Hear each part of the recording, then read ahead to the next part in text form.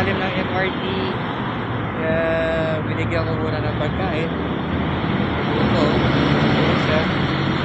Ayaw niya ako lumapit eh. Mayo na lang ako. Binigyan ko na lang siya. Ito po ba yung ay kamigi ha. Kain maigi.